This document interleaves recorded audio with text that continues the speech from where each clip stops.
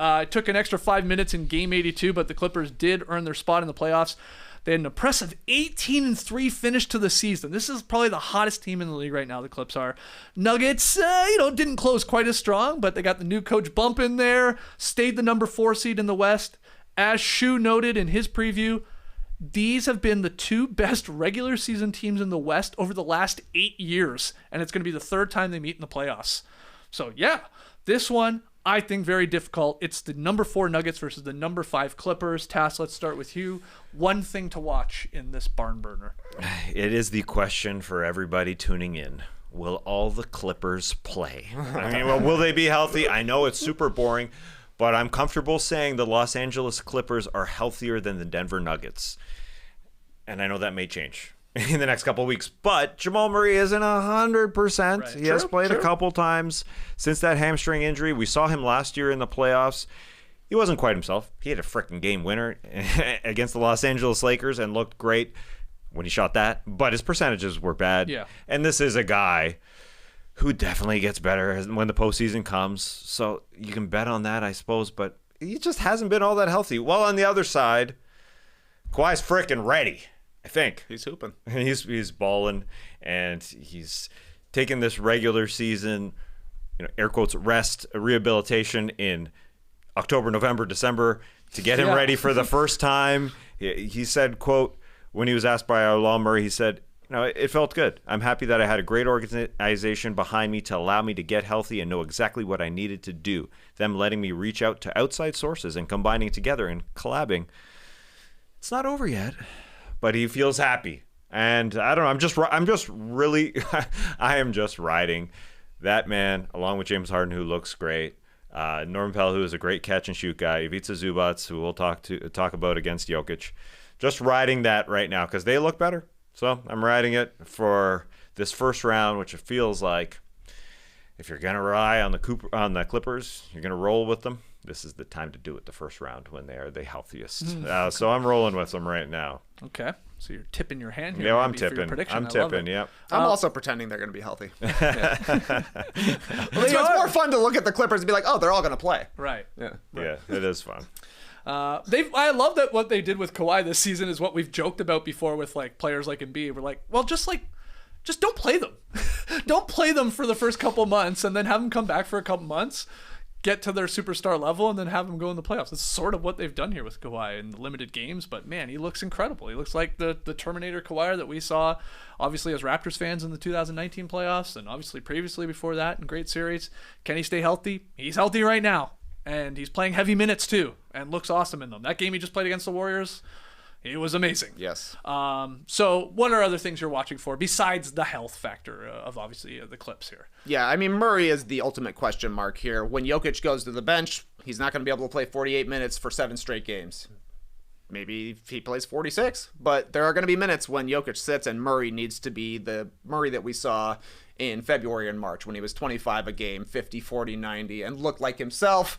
Big time discouraging, I think, that he went down with a similar injury, the hamstring, once again, right at the end of the season. So he's not in rhythm, and he's probably not completely healthy. So that is a bummer for the Nuggets, but I can't wait to see Jokic versus Zubac. They're going to be playing one-on-one a lot in this series because the Clippers, I think, will be happy to let Zubac do his best one-on-one against Jokic. Like, he battles him at least. Jokic gets the best of everybody for the most part, but Zubac is big enough, strong enough, and quick enough that he can hang with Jokic. That turns Jokic into more of a scorer if he's playing one-on-one, which isn't necessarily the way he wants to play. We've talked a couple of times. They've never won a game when he scores 50 or more points. I'm not saying he's going to score 50 every night, but when he's looking to be a scorer, that's not necessarily the way he wants to play. And then on the other end, you got to think Jokic is going to be in a ton of pick and rolls. The Harden-Zubac 1-2 game, it's pretty unstoppable. Zubac has become an even better role guy playing alongside Harden. He can score in the post as well.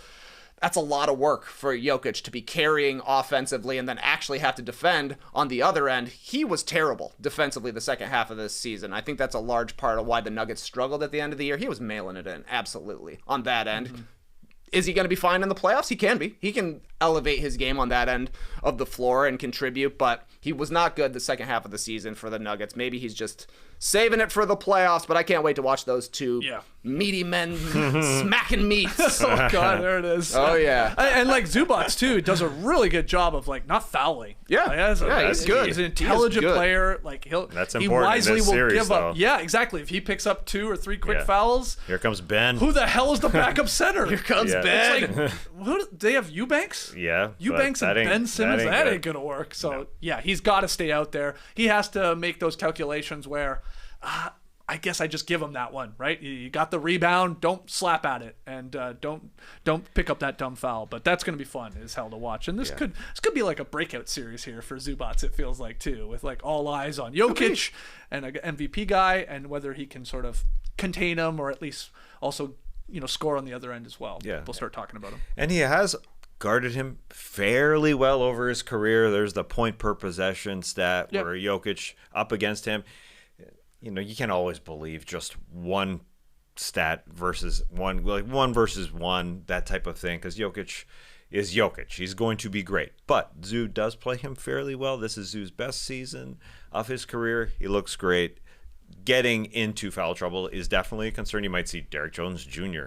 guarding Jokic. I mean, you'll see just a bunch of guys they'll throw at him. But the pick and roll that you brought up is really important. I think Christian Brown will do a good job on James Harden. I think that'll be his primary job. But Harden's been awesome, and he's going to get Jokic involved in pick and roll after pick and roll. So that's a factor. Well, that spins into something I'm watching. You're talking about like how the Nuggets defend pick and roll up top, be it Harden, be it Kawhi in the action. They generally defend it pretty aggressively, and they leave the weak side open. So who's that shooter there? The Clippers are going to want it to be Norman Powell, who's obviously had an unbelievable year. You're going to want to try and run him off the line if you're the Nuggets. But what about those other guys? Chris Dunn, when he's out there, because they want him out there for defensive reasons. I mean, he'll be one of the Jamal Murray stoppers, I would imagine. And same with Derek Jones Jr. on a lot of guys. Those guys, like Derek Jones Jr. last year, some timely games hitting three-pointers. He helped put away the Thunder in those final 2 games. In games 5 and 6, he hit a combined 7 threes. He was on fire. He's a 36% three-point shooter on the season, so he's pretty solid. Dunn, he's, not taking as many. He's a 33% three-point shooter.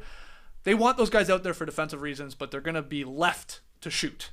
And whether they can capitalize or not, I think that's a big part of this series for the Nuggets' chances to win. They're going to let them, and then they're going to hope that they miss more times than not. But fun to watch. Yeah, I do feel like the Clippers have, specifically in Dunn and Derek Jones Jr., they have guys that if they're not hitting, they can't play.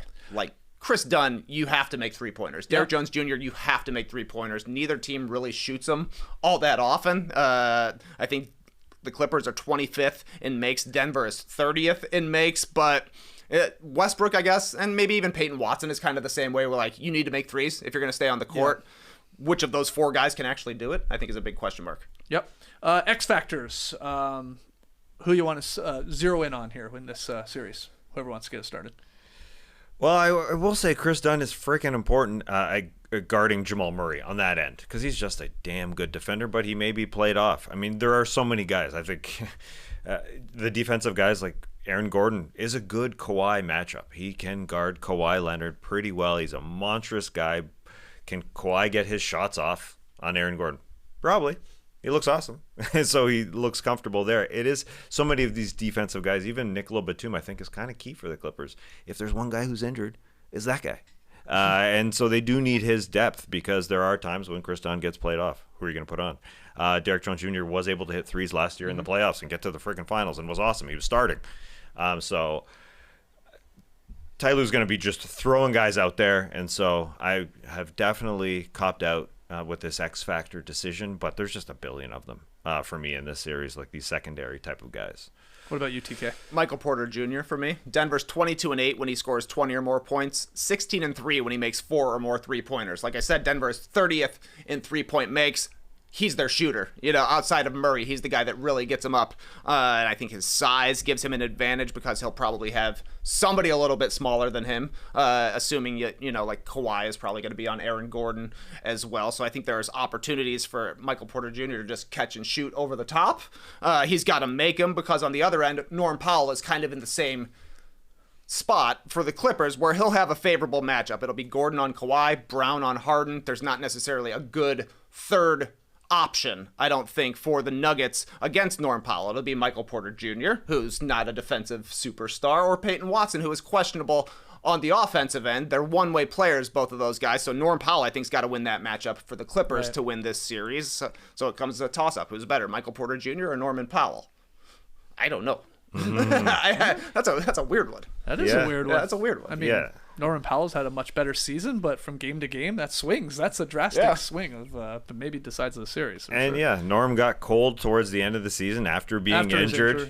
He wasn't right, but Ty Lue will say this catch and shoot numbers are awesome. He's 45% from three-point land on catch and shoot opportunities. Was he hot against the Golden State Warriors in Game 82? No. But he came through with a couple key buckets. So he'll be out there and he'll get the opportunity to play off Kawhi and Harden. He has been good most of the season. And Norman Powell's played in a lot of playoff games. Yeah. Like, surprising amount. I mean, he played for the Raptors for a while. Guess he saw a series with the Blazers. I always forget he was on the Blazers there. And then a couple here with the Clippers. He's nearing 85 playoff games. So it's not like he's going to be like, oh, my God, bright lights. Only thing else I have to add, I mean, the X factor is always Jamal Murray with the Denver Nuggets, like, especially in a playoff series. He levels up. You like their chances. Just like we talked about where Curry, he needed help. He needed Butler to help carry the offensive load. Same with Jokic. There's only so much the guy can do.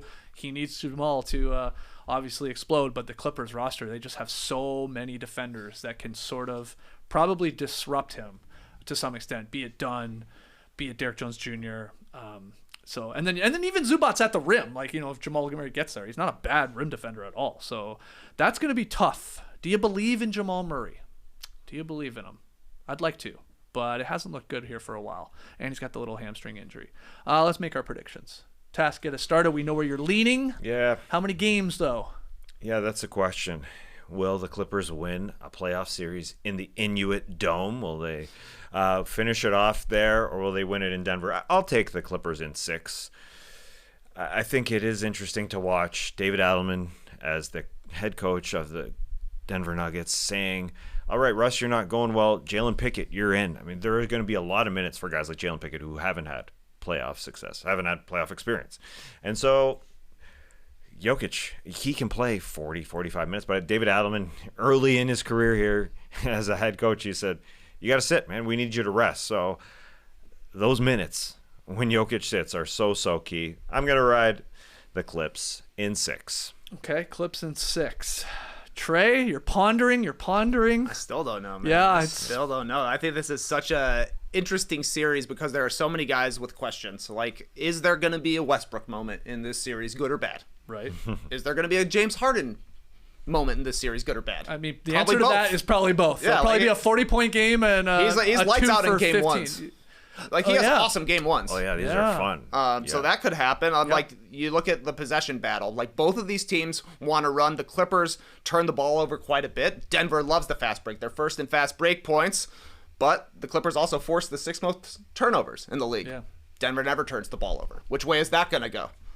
Denver is awesome at offensive rebounding. The Clippers are awesome at defensive rebounding. Which way is that going to go? Like, this feels to me like a series that comes down to 2 or 3 plays in almost every game. There'll probably be blowouts, but like, it wouldn't be surprising to see the point differential at the end of the series be like 10 over the course of 7 games. One of those where we go into a game 6 or 7, it's like the difference is 3 points. Like, yeah. So I think if we get the best version of the Nuggets starting lineup, they can win this series. They do have the best player, but I'm going Clippers in 6 as well. Oh, double Clips in 6. Yeah. Oh, God. Well, I have to swerve. I am a notorious Clippers hater. So just to make things interesting, even though I don't have a lot of confidence in it, I'll take Nuggets. It's going to be long if they win this thing. The Nuggets are not steamrolling the Clippers here in this series. If they pull it off, I think it takes 7. But, you got Jokic. You got the best player in the series. Like, Zubac's as great as he's had, as great as defender as he is, maybe on Jokic. I love that you can play him one-on-one. Jokic wants you to send help. He wants you to send bodies so he can just pick you apart. They probably don't have to do that if he stays out of foul trouble for a majority of the game. Still, he's going to have some monster performances. He'll have to, and he knows it. That's the other thing. He knows this. But I also believe in Jamal Murray. He's still got a little left in the tank here, at least playoff Jamal. If we've got playoff Jimmy, we do have playoff Jamal at times. Hopefully he has a couple good games. So I'll go Nuggets in 7. And you talked already about Aaron Gordon. He's looked good here over the last little bit. This is the best he's had a weird year, a lot of injuries as well. We saw how important he was to their championship. He's like a very, very, very poor man's Kawhi. But defensive, strong guy and can hit shots. He's not on a Kawhi level, but he's important. So I'll go Nugs in 7. These guys Clips in 6. Let's hear from you in the stream team and in the comments below. Closest vote we've had. Really? 51% for I guess the Nuggets. Clippers. Yeah. Wow. 51 Clippers, 48 Nuggets. Okay. This one is a flip of the coin. Snow White / Black / Esh. Where are you leaning? You guys kind of all said it, but you don't know what's going to happen with James Harden. He's not very good in the playoffs sometimes. Sometimes he is. He's up or down. He's up. Yeah, you got the best player on the other side, though, with Jokic. And a lot of times you can't pick against the best player. But I think I got to go Clips in 7. That's what I'm feeling. Clips in 7. 7. Wow, Wow. on I think the it's gonna go road 7. in Denver. Wow, that would be another Game 7 loss for Denver at home. Oh, geez, there you go. You're right in the story here. All right, can't wait, man. This weekend's going to be freaking awesome.